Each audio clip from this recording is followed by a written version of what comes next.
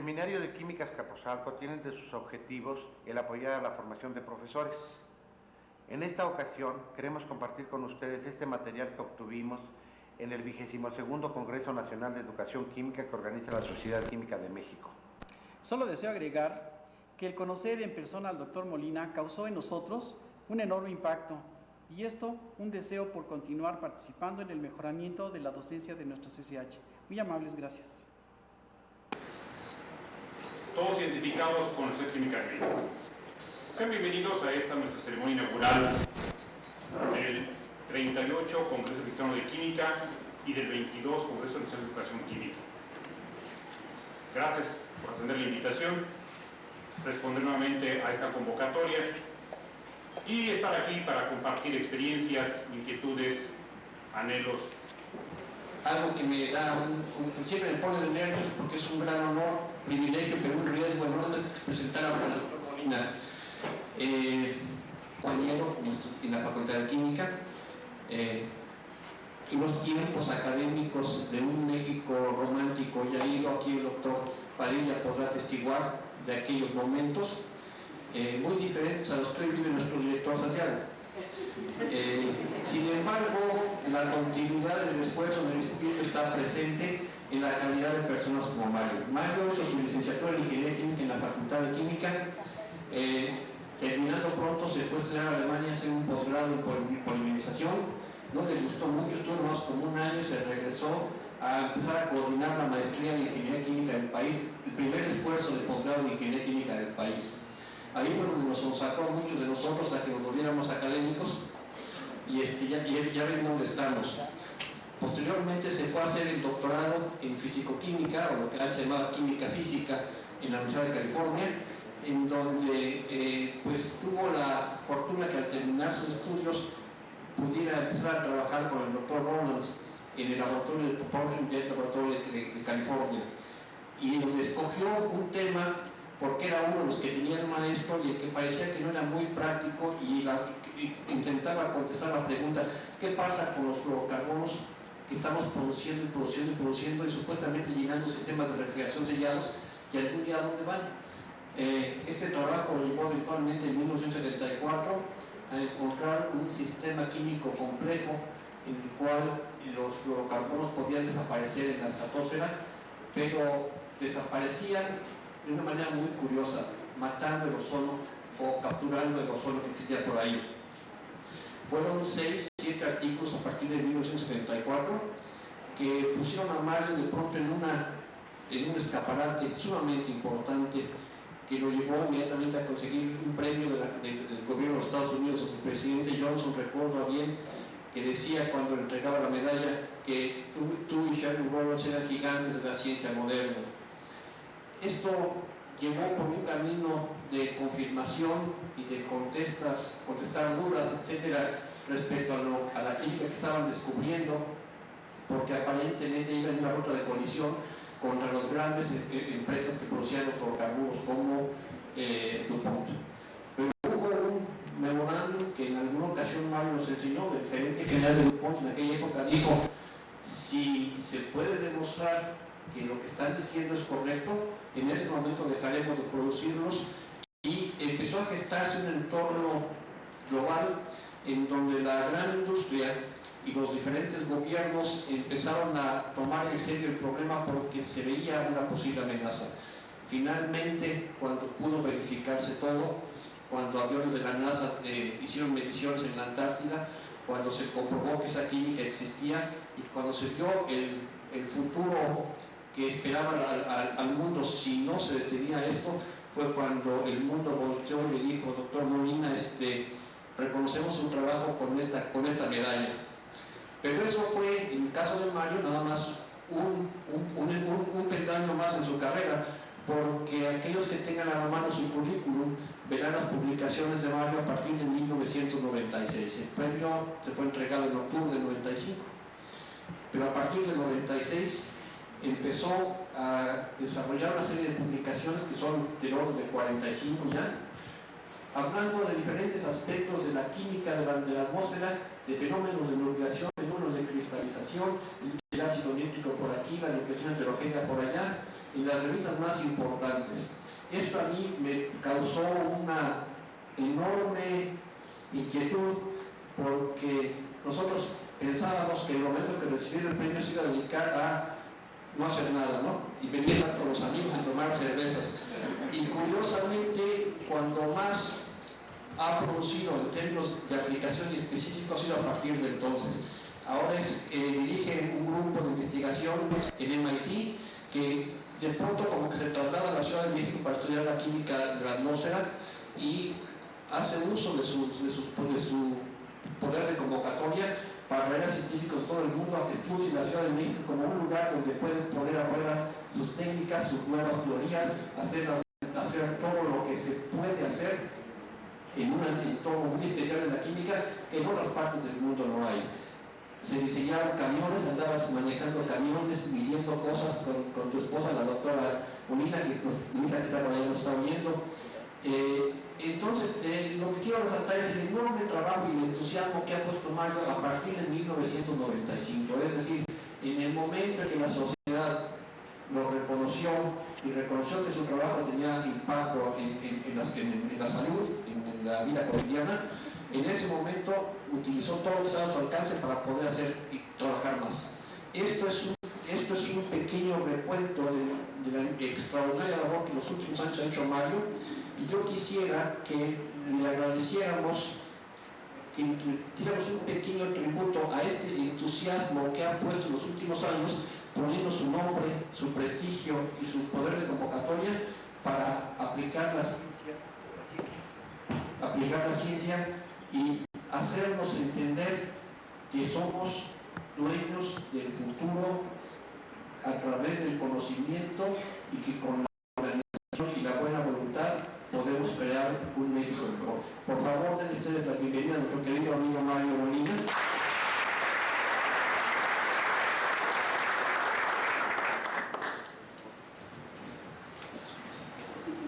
Muchas gracias, Jaime, por tus amables palabras.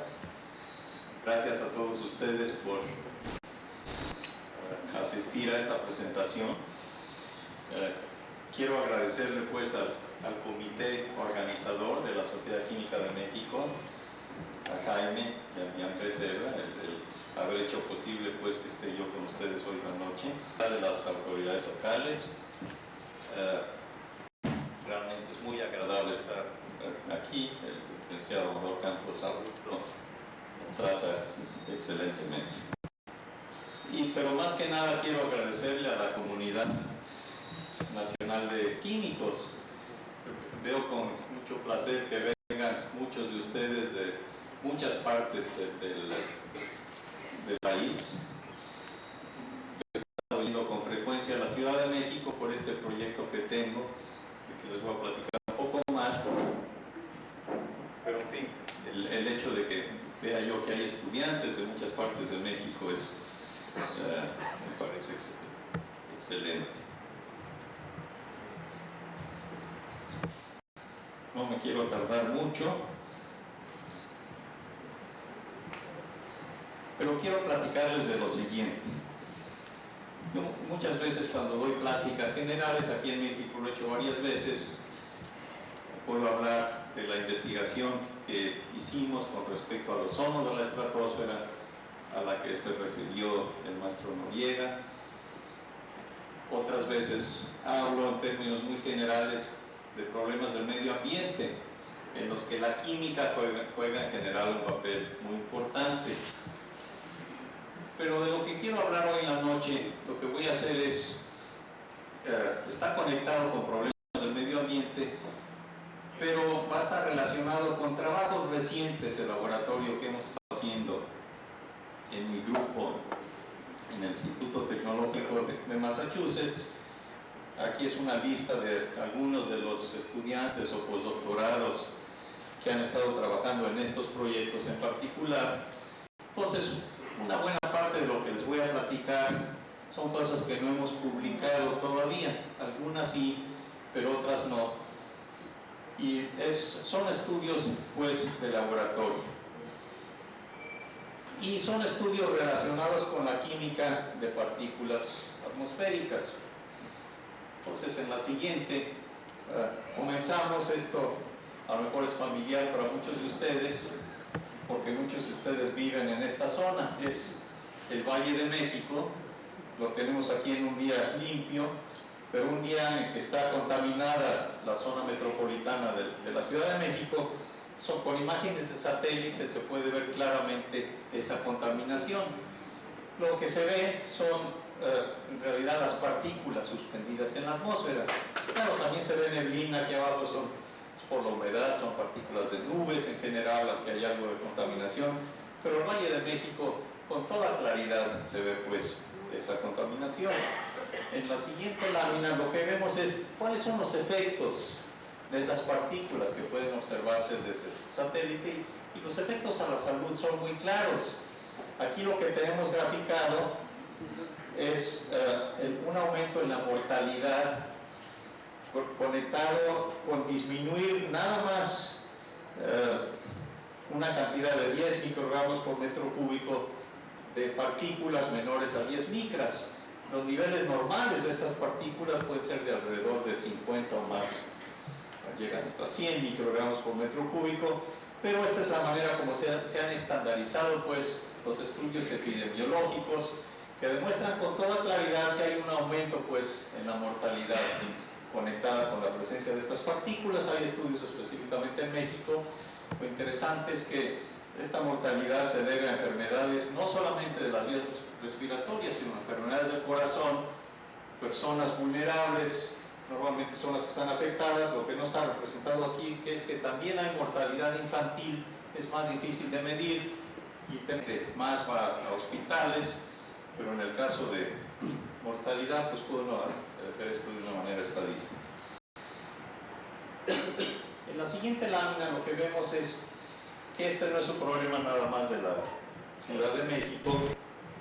Aquí tenemos a China, por aquí está Pekín y Shanghái, y lo que se ve también desde satélite, toda esta parte gris, también se debe a la presencia de partículas atmosféricas que tienen pues los efectos claros en la salud, pero el hecho de que se puedan observar en zonas tan extendidas por satélite, eso ya es una indicación de que también hay efectos para el balance térmico del planeta, son efectos climáticos pues. Y estas nubes de contaminación que vienen de Asia, en muchas ocasiones sobreviven el viaje por encima de los océanos y llegan inclusive al continente americano. Se tarda el tiempo en que tardan estas nubes en atravesar el Pacífico, pues es alrededor de una semana. En la siguiente lo que vemos es una gráfica muy conocida que produjo un grupo que se llama el Panel Intergubernamental de Cambio Climático. Es un grupo de científicos internacionales que están haciendo resúmenes de cuál es la situación en nuestro planeta con respecto a los efectos de la sociedad en el clima, los efectos potenciales y los efectos importantes que todos sabemos es la presencia de los gases invernadero, como el dióxido de carbono, que absorben emisión en el infrarrojo, y por eso tenemos la expectativa de que la superficie del planeta se está calentando por estas actividades humanas. Pero lo que es interesante, lo que quiero aquí mostrar, es que la presencia de aerosoles, esta es otra manera de describir estas partículas suspendidas en la atmósfera misma, también tiene efectos muy significativos en el balance térmico del planeta, son efectos climáticos importantes. Y, en fin, y esto se publicó hace un par de años, y las investigaciones recientes indican que los efectos son mayores de los que están indicados en esta gráfica. Lo que también tenemos aquí representado es el nivel de entendimiento científico. No estoy hablando del entendimiento científico, sino nada más del efecto relativo de todos las distintas cosas representadas en esta gráfica, el efecto relativo en el balance térmico del planeta. Y lo que pasa es que estas partículas, además de tener un efecto directo de reflejar parte de la radiación que viene del Sol al espacio, tienen efectos indirectos muy grandes, muy poco conocidos, en la manera en cómo las partículas afectan a las nubes, y las nubes juegan un papel importantísimo en este balance térmico. Lo que sí está muy claro pues es que el sistema hidrológico, las lluvias, inundaciones, sequías y todo eso está afectado pues por esa contaminación de la que estamos hablando. En la siguiente lámina empiezo a describir también de manera muy general cuáles son algunas de las propiedades de esas partículas suspendidas que tenemos en la atmósfera, entre otras las que respiramos. Y lo que tenemos aquí, por cierto, mis disculpas porque la mitad de mis figuras están en inglés y la otra mitad en español, pero en fin, todos ustedes me imagino que leen inglés muy bien, el idioma general de la ciencia ahora, pero en fin, vamos a estar cambiando en descripción del número de partículas en función de su tamaño. Y lo que vemos que la mayor cantidad de partículas normalmente, esta es una clasificación normal porque esto tiene gran variabilidad, son partículas muy pequeñas, de un tamaño menor de 1/10 de micra. Sin embargo, la mayor parte del volumen o la masa de estas partículas está concentrada en lo que se llama las partículas de acumulación, que están entre 1/10 y 1 micra. ¿Por qué? Porque las partículas más pequeñas son más abundantes, tienen un volumen menor, y el área de las partículas, que es muchas veces lo que afecta a los procesos químicos, es algo intermedio entre estas dos gráficas. Pero nos preocupa sobre todo la presencia de partículas de alrededor de 1 micra. Ese es el tamaño interesante porque son las que reflejan luz solar, son las que tienen interacción con la radiación visible, son las que podemos ver en ciudades contaminadas, y además son las partículas más peligrosas desde el punto de vista de efectos a la salud, porque son suficientemente pequeñas para penetrar en los pulmones, y por eso las podemos respirar y penetran hasta los alvéolos pulmonares, o las que tienen un tiempo de residencia mayor. Y hay partículas inclusive de 10 micras, pero las más grandes no duran mucho tiempo en la atmósfera por el sistema gravitacional mismo. En la siguiente lámina les enseño cómo en ciertas partes distintas de la Ciudad de México la cantidad de partículas que hasta hace poco eran las únicas que se medían de manera rutinaria, partículas cuyo tamaño es un diámetro equivalente menor de 10 micras. Muy recientemente, hace menos de un mes, se inauguró una serie de estaciones en la Ciudad de México para medir partículas menores desde el punto de vista de efectos de salud. Todavía no existen más que puntuales, y en este caso vemos como en el norte, en Salostó, cerca de la zona industrial, pues la concentración de partículas es mayor en los sitios, pero el estándar relacionado con efectos a la salud, pues se pasa en muchísimas ocasiones. Aquí en la siguiente, uno de los orígenes de estas partículas, que son los camiones diésel, no es el único, pero uno de los aspectos importantes de esto están un poco controlados en sitios. Hay más partículas. En la gráfica lo que vemos es por qué nos preocupa eso. Aquí se hace un inventario de las emisiones de este tipo de partículas. Lo que vemos es que algunas vienen por erosión, de las partes polvo normal, inorgánico, pero una buena parte, en este caso, la estimación es aproximadamente la tercera parte, las más importantes son más pequeñas, y las mediciones consideran que una proporción todavía mayor viene pues de motores diésel. Es realmente el hollín lo que nos preocupa.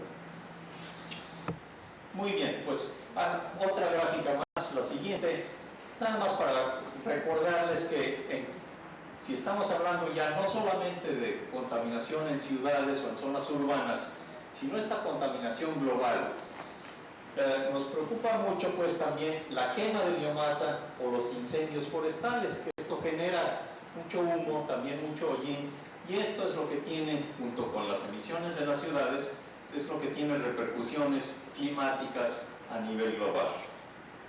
En fin, todo esto son nada más antecedentes. Lo que les quiero platicar ahora son algunos resultados de trabajos de laboratorio, como les decía yo antes, que hemos estado haciendo recientemente.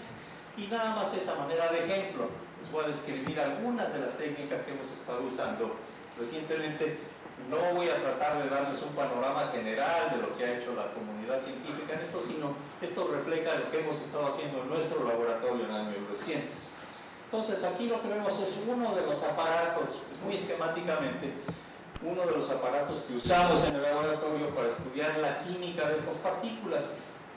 Es un reactor de flujo y en ese reactor depositamos material, porque en el caso de partículas orgánicas, pues hacemos un film de algún compuesto orgánico y estudiamos reacciones. Uno de los retos muy grandes en cuanto a hacer investigación de laboratorio es asegurarnos de que lo que estemos investigando en el laboratorio tenga repercusiones importantes para lo que sucede en la realidad. Entonces, la pregunta es si lo que estamos estudiando es parecido a lo que existe en la atmósfera.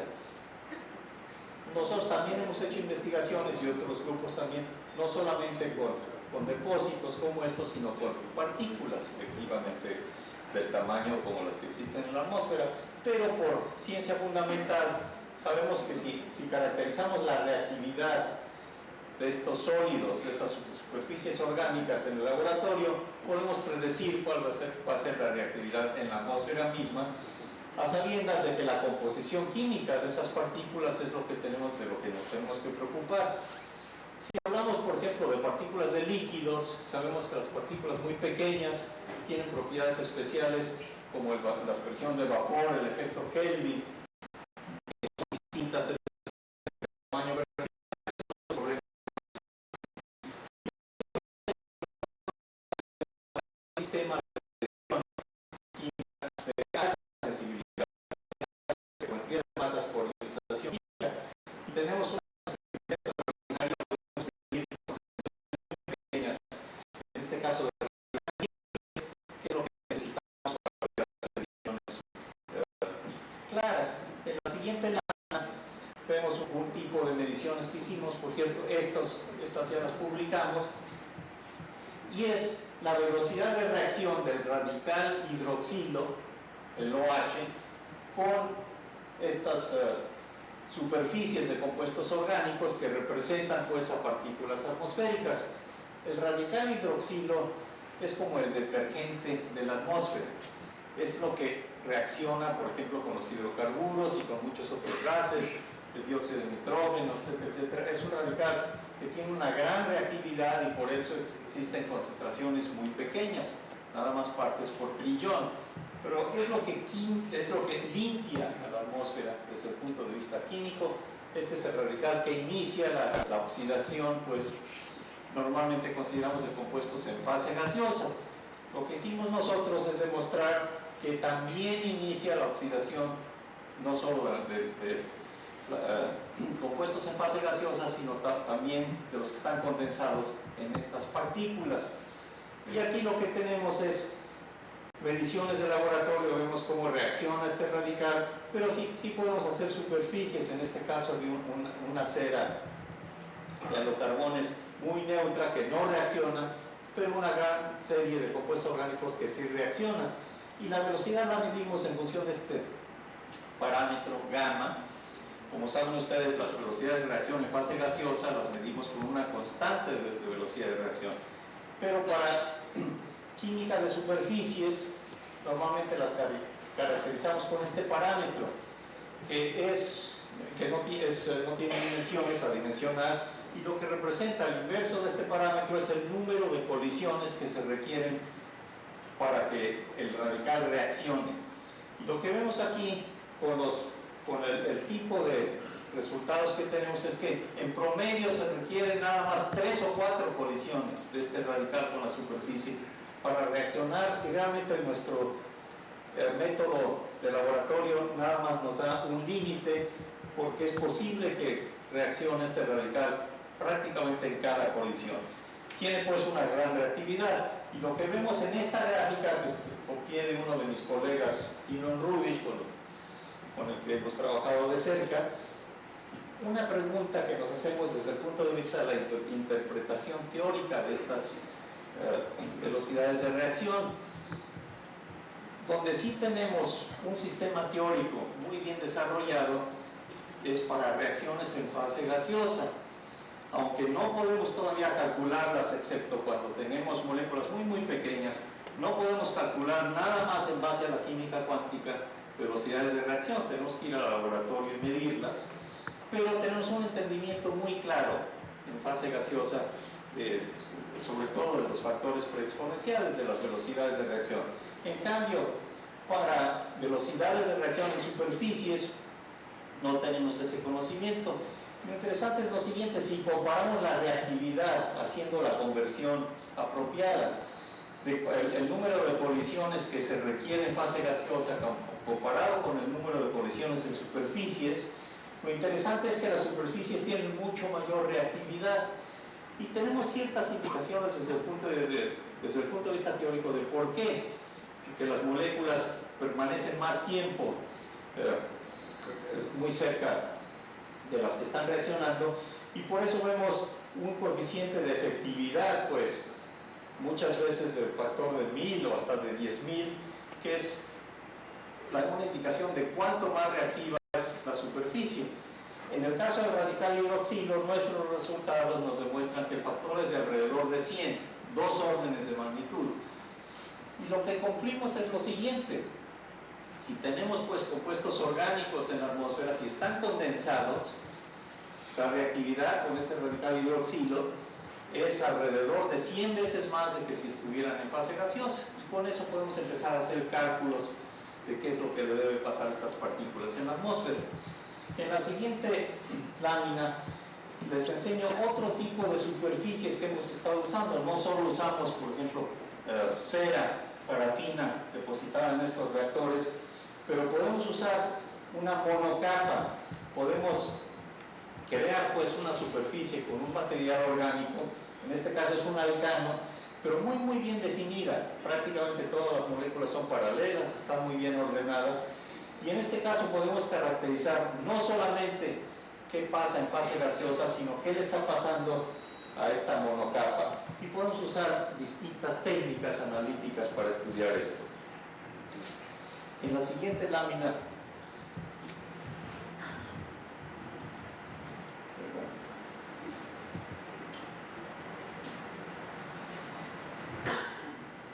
aquí vemos uno de los resultados, una técnica muy sencilla.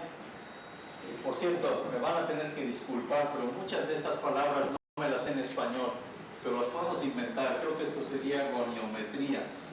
Pero de una manera sencilla todos observamos que si tienen ustedes una superficie hidrofóbica, cuando se condensa agua en la superficie, pues se forman gotas separadas. En cambio, si es hidrofílica, pues se moja la superficie. Lo vemos muy bien en el vídeo. Y podemos medir cuantitativamente el ángulo de contacto. Lo que vemos con toda claridad es que estas superficies, que son orgánicas, originalmente hidrofóbicas, como la cera misma, cuando se oxidan por el radical hidroxilo se convierten en hidrofílicas. Claro, porque al adquirir oxígenos, como saben todos ustedes, en lugar de tener compuestos como CH3, CH2, etcétera, empiezan a adquirir oxígenos y empiezan a ser solubles en agua. Ese es un proceso muy importante que nos explica los tiempos de residencia de compuestos en fase gaseosa, pero también es aplicable pues a estos compuestos condensados. En la siguiente lámina vemos otro de los resultados. Podemos hacer espectroscopía en el infrarrojo de transformación de Fourier, y vemos claramente cómo disminuye pues la concentración de estos alcanos en estos films, en estas películas muy bien definidas de compuestos orgánicos. Y en la siguiente vemos lo que vemos es que inclusive la reactividad cambia, porque podemos hacer que desaparezca toda esta monocapa. Y en cambio, si tenemos una película de parafina suficientemente gruesa o tenemos hollín, la velocidad de reacción no cambia, pero lo que sí vemos es que las superficies se vuelven hidrofílicas, y además podemos caracterizar a los productos de la reacción. Y lo sorprendente es que en general son moléculas relativamente pequeñas, muchos radicales, podemos pues caracterizarlos. En la siguiente lámina vemos, pues resumimos las observaciones que tenemos, y en este caso lo hicimos específicamente con con la monocapa, pero tenemos resultados parecidos con films de parafina. Y lo sorprendente es que cada colisión con un radical hidroxilo lo que hace es que se evaporen alrededor de 8 o 9 átomos de carbono, o sea que se rompen las moléculas orgánicas muy eficientemente. En este caso, la molécula original tiene 18 átomos de carbono y necesitamos pues nada más un par de colisiones con este radical para evaporar a todo este compuesto. En la siguiente lámina lo que les explico es la paradoja que estábamos tratando de explicar. Normalmente esta química, se las voy a escribir pero muy brevemente con la siguiente lámina, pero primero quiero explicar que lo que sucede en fase gaseosa es que formamos radicales puros que reaccionan normalmente con gran rapidez con el óxido nítrico, y esto es uno de los pasos importantes que nos explican la formación del ozono en el smog, en sitios como la Ciudad de México, porque el dióxido de nitrógeno absorbe luz visible, rápidamente se descompone con luz visible para producir átomos de oxígeno que a su vez generan ozono. Eso es lo que está muy bien establecido. Pero en este caso, lo que vemos en nuestras investigaciones es que podemos evaporar estas películas de carbón, inclusive en ausencia de óxido de nitrógeno. Entonces, llegamos a la conclusión de que estos radicales reaccionan entre sí. Esto en fase gaseosa sucede nada más en atmósferas muy limpias, donde la concentración de óxidos de nitrógeno es muy baja. Y es una cosa también bien establecida y muy interesante, porque el tipo de productos que se generan dependen en buena medida de los niveles de óxidos de nitrógeno. Por eso las ciudades contaminadas normalmente tienen niveles altos de óxidos de nitrógeno, que vienen pues de la combustión de combustibles fósiles.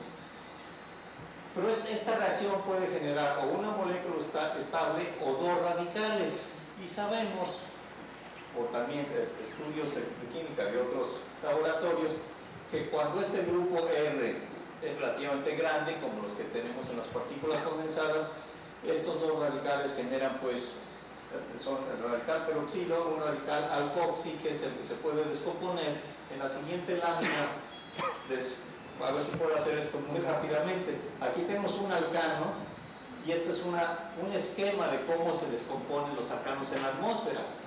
Como decía yo, el radical hidroxilo es el que normalmente las limpias, produce un radical libre, que rápidamente produce un radical peroxilo que tenemos en la atmósfera, y normalmente ese radical peroxilo puede reaccionar de distintas maneras, pero una de las maneras en que puede reaccionar es la que produce estos radicales alcoxi, y una de las maneras en que el radical alcoxi puede descomponerse la tenemos aquí indicada, pero todas las otras flechas nos indican la formación de compuestos con un peso molecular mayor. O sea, este es el único camino que tenemos para que los alcanos en la atmósfera se descompongan y eventualmente se oxidan para producir compuestos más pequeños. En general se producen compuestos pues o más oxidados o de mayor peso molecular. Y lo que vemos por los estudios de esta química de superficie es que estamos siguiendo este camino hacia la descomposición de una manera muy eficiente, porque estos radicales, en la medida que podemos generar suficiente concentración en la superficie, de alguna manera reaccionan entre sí con gran eficiencia. Y esta es una de las paradojas que tenemos pues en la química de compuestos orgánicos en atmósferas contaminadas. Es una química muy compleja en general. Tenemos esas dos tendencias. Se producen por un lado compuestos de mayor peso molecular, cuando empezamos con compuestos que tienen más de 5 átomos de carbono, por ejemplo el tolueno. Sabemos que cuando se oxida en la atmósfera produce compuestos de mayor peso molecular que generan partículas, porque la presión de vapor, por ejemplo, de los ácidos o diácidos, es suficientemente baja para que se condensen esos compuestos de descomposición de productos orgánicos. Pero tenemos otro camino en competencia con esa producción adicional de partículas, y es que esos compuestos orgánicos grandes se consuman, se oxiden, eventualmente produciendo dióxido de carbono y agua. Y lo que estamos viendo con estos estudios recientes es que, aunque ya se hayan condensado pues estos compuestos orgánicos, siguen teniendo el potencial para oxidarse y para generar compuestos de menor peso molecular.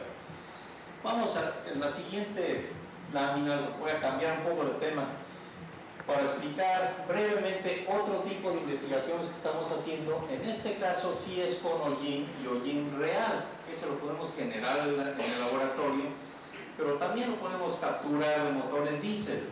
Y en ese caso sí tenemos una superficie muy parecida a la que existe en la atmósfera.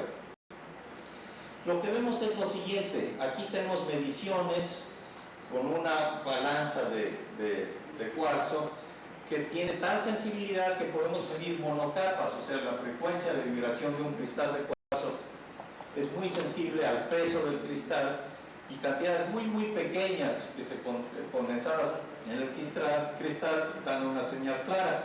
Entonces, lo que estamos viendo es cuánta agua se condensa en estas partículas en la medida en que se oxidan.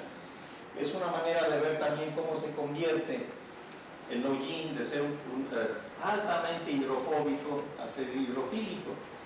Si generamos hollín fresco en el laboratorio, lo tratamos de mezclar con agua, el hollín flota, no se mezcla. Pero si lo oxidamos, ya sea con radical hidroxilo o con ácido nítrico a concentraciones atmosféricas, el hollín se convierte en un compuesto hidrofílico, se mezcla con agua líquida, lo vemos con el ángulo de contacto con toda claridad, pero aquí de una manera más sutil vemos cómo empieza a absorber agua. Y en la siguiente lámina lo que vemos es una de las propiedades químicas o fisicoquímicas que nos interesan mucho de estas partículas atmosféricas, y es ver cómo afectan a las nubes. Entonces el hollín recién emitido no tiene interacción con las partículas de las nubes, porque es demasiado hidrofóbico. Sin embargo, en la medida en que se oxida, eventualmente puede funcionar como núcleo de condensación. Esa es la pregunta que nos hicimos. Entonces, lo que podemos hacer en el laboratorio es hacer hollín, oxidarlo y ver su interacción con agua. Entonces, los experimentos de control aquí son los siguientes. Lo que estamos haciendo es medir cantidad, esta es una medición muy sencilla, la cantidad de luz reflejada por una superficie que tiene hollín, en este caso, aquí solamente es por vidrio. Y cuando tenemos una humedad muy cerca del 100%, se condensa el agua en el vidrio y cambia la reflectividad de una manera muy drástica. Si en cambio ese vidrio tiene una monocapa como la que enseñé antes, entonces el vidrio es hidrofóbico. Lo ve uno muy fácilmente al ponerle gotas de agua, no moja el agua al vidrio. Entonces vemos una señal muy distinta con esta técnica. Lo mismo lo podemos hacer con hollín. El hollín fresco, recién emitido, no responde a la humedad, pero si lo oxidamos, y esto es lo que vamos a hacer de manera cuantitativa, podemos caracterizar qué tipo de oxidación se necesita para que el hollín empiece a funcionar en la atmósfera de tal manera que la lluvia sea afectada. Lo que voy a hacer ahora es, les voy a enseñar unos cuantos resultados, ya no de laboratorio, sino de mediciones que hicimos en la atmósfera. Esto fue en abril, hace varios meses, en la Ciudad de México. Y esto es como parte de este proyecto al que se refirió Jaime Noriega, de un estudio que estamos haciendo de calidad de aire en el Valle de México. Claro que es un estudio de caso, nos interesa mucho la Ciudad de México, pero el interés general de este tipo de estudios es que estamos tratando, estoy cambiando un poco de tema por 5 minutos, pero el objeto de este estudio no es solamente entender mejor la química de la atmósfera, sino entender cuál es la relación entre nuestras investigaciones químicas y la solución de problemas reales. Y el problema de contaminación en la Ciudad de México no es solamente un problema de química, es un problema social, económico y político, un problema de instituciones. Entonces, el objetivo de este proyecto es atacar pues todos esos aspectos del proyecto, comunicarnos tomadores de decisiones en el gobierno, trabajar con ellos para formular soluciones efectivas. Y efectivamente, como parte de nuestro estudio, pudimos tener mucho impacto el nuevo programa ProAire, que se está llevando a cabo en la zona metropolitana del Valle de México. En buena medida está basada en los resultados de este programa que hicimos. La primera fase del programa ya la publicamos en un libro que originalmente está en inglés, pero está siendo traducido y esperamos que la traducción ya esté a punto de salir en este año. Y en el libro tenemos capítulos, como les digo, de problemas de transporte, de problemas de organización del gobierno, etc. Pero también hay un capítulo de química de la atmósfera, y es de los que solamente ese aspecto es el que les voy a platicar en este momento, porque hicimos un estudio de campo, y en la siguiente lámina les describo algunas de las características de ese estudio, pero después me voy a enfocar en las partículas. Lo interesante fue lo siguiente: pudimos atraer pues el interés de una parte de la comunidad científica internacional y llevamos a México en abril equipo pues de alrededor de $5 millones. Normalmente no nos podemos dar el lujo de comprar ese equipo en México. Nada más fue prestado. Algo tenemos en México, pero no tenemos tanto. Entonces fue equipo de primera y aprendimos muchísimo. Bueno, ¿y por qué? ¿Por qué pudimos atraer la atención de tantos científicos con tantos recursos, pero más que de recursos, científicos de primera? Pues por dos razones. Una de ellas es que la comunidad internacional científica, esto es muy importante, que sobre todo ustedes, estudiantes jóvenes, estén conscientes de esto. La comunidad científica es muy abierta, todos quieren colaborar, nos quieren ayudar, nosotros tenemos que aprovechar eso y trabajar con ellos. Por otro lado, hay un aspecto científico de curiosidad científica. La Ciudad de México desgraciadamente funciona como un laboratorio muy interesante. No queremos que siga funcionando así, pero de momento no nos queda otra, es lo que queremos cambiar. Entonces, hay cosas que se pueden medir en la Ciudad de México que ya no se pueden medir en Estados Unidos o en Europa. Ciudades como Los Ángeles en los años 60 sí estaban tan contaminadas como estaba la Ciudad de México ahora, o inclusive hace 5 o 10 años, cuando estaba peor. Pero en aquel entonces no había instrumentos como los que tenemos hoy en día. Entonces, ¿qué tipo de instrumentos hay? No se los voy a describir con gran detalle, pero brevemente, las características de estos instrumentos nuevos es que pueden medir la composición química, tanto fase gaseosa como partículas, en una escala de tiempo muy rápida, en cuestión de segundos. Uno de los aparatos más espectaculares es precisamente el que mide la composición química de partículas, porque la manera convencional de hacer un análisis de la composición química de las partículas de la atmósfera es llevar un filtro, atrapar estas partículas, pues muchas veces por muchas horas, después llevarse el filtro al laboratorio, hacer un análisis, etc. Y todavía se sigue usando, es útil, pero tenemos estos aparatos nuevos que están basados en espectroscopía de masas y en muestrear las partículas de una manera muy detallada. Lo que nos pueden dar es la composición química de las partículas en función de su tamaño, con espectroscopía de masas, no solamente la composición elemental, sino también qué tipo de compuestos orgánicos, por ejemplo, existen en las partículas, cuántos nitratos, cuántos sulfatos, etc. Y en cuestión de segundos. Entonces se genera una gran cantidad de datos. Por eso todavía no acabamos el experimento. Lo hicimos en abril, pero tenemos tal cantidad de datos que nos vamos a tardar un año en hacer todas las publicaciones importantes. En fase gaseosa también podemos medir formas interesantes. Resulta que los automóviles nuevos emiten amoníaco porque el convertidor catalítico reduce demasiado.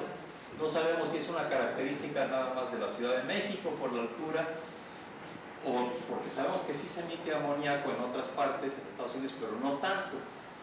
Hay cantidades de formaldehído realmente muy elevadas, y el formaldehído no solo es tóxico en sí, sino que acelera el proceso de formación de contaminantes. Entonces es un compuesto muy interesante.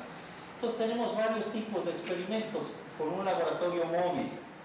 Tenemos en el laboratorio móvil estos instrumentos que les describo y pueden este equipo o estar parado junto a una de las estaciones de rama o se pueden hacer mediciones para seguir la composición química pues, de distintas masas atmosféricas que migran en el Valle de México o lo que llamamos persecución, por no encontrar palabra mejor en inglés, es chase.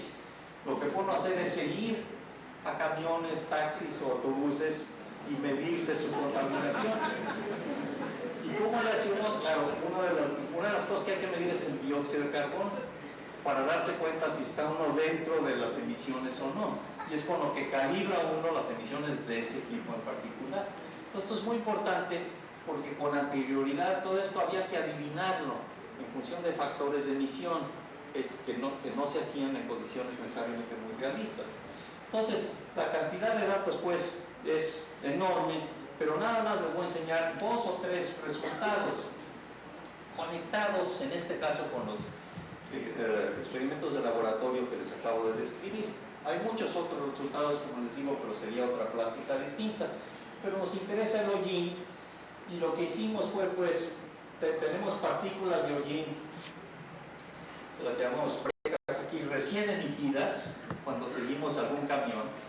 Y aquí, pues, no sé cómo decirles, cocinadas o ya cuando están sujetas a los procesos químicos atmosféricos, envejecidas, pues.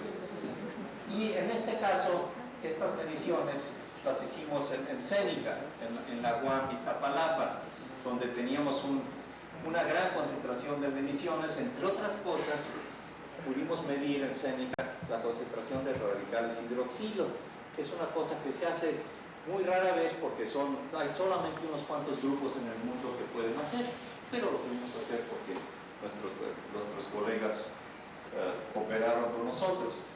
Pero aquí lo que vemos es que estas partículas, cómo cambia la naturaleza de estas partículas. Efectivamente se oxidan y empiezan a adquirir agua, pero también adquieren otros compuestos.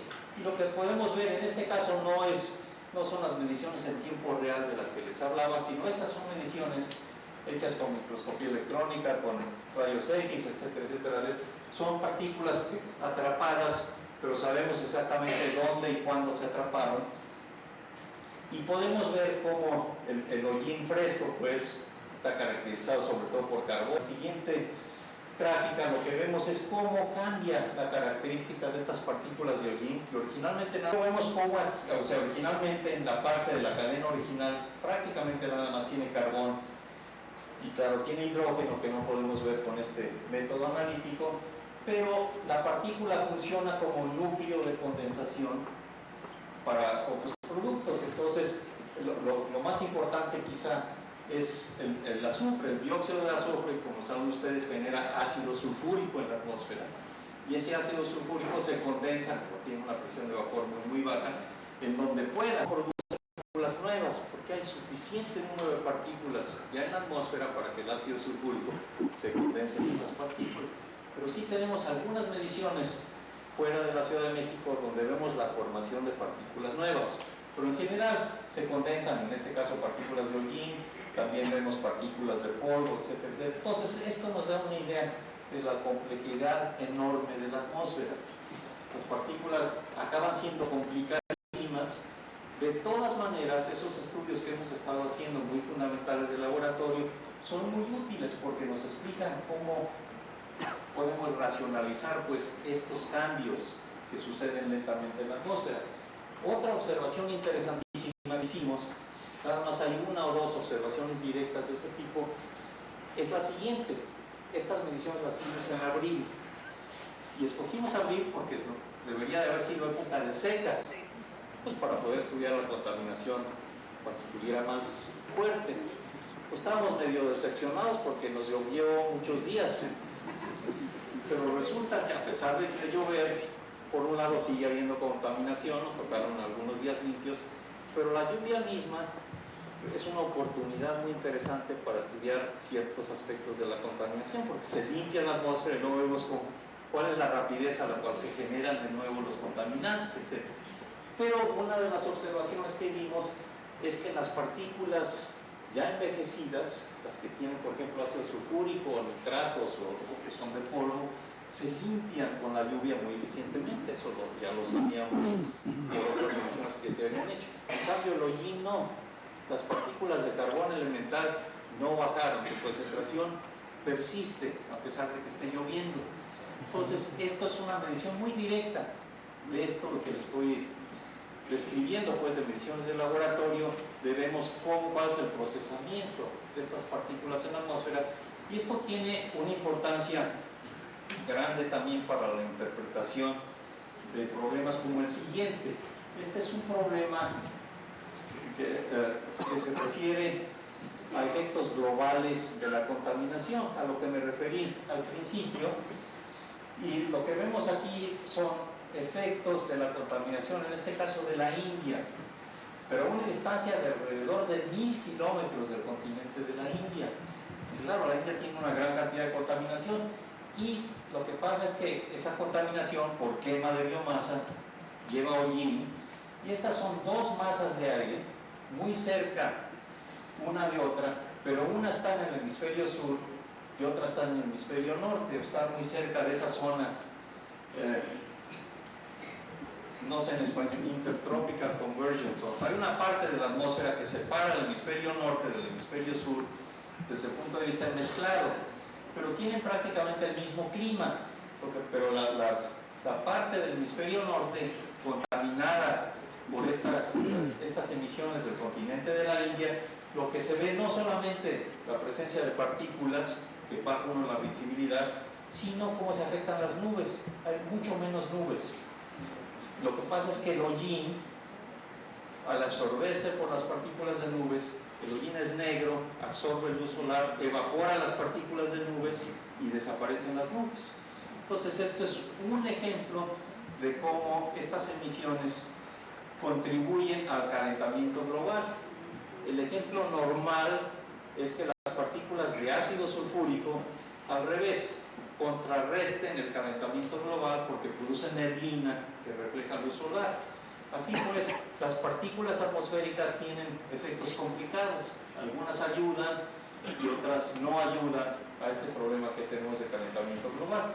Pero aquí, volviendo a los resultados que les describí hace un momento, lo que vemos por un lado es la eficiencia del hollín, que puede salir de esos centros muy contaminados aunque llueva, porque todavía no se ha oxidado, pero después se oxida poco a poco y es capaz pues de incorporarse a partículas de nubes.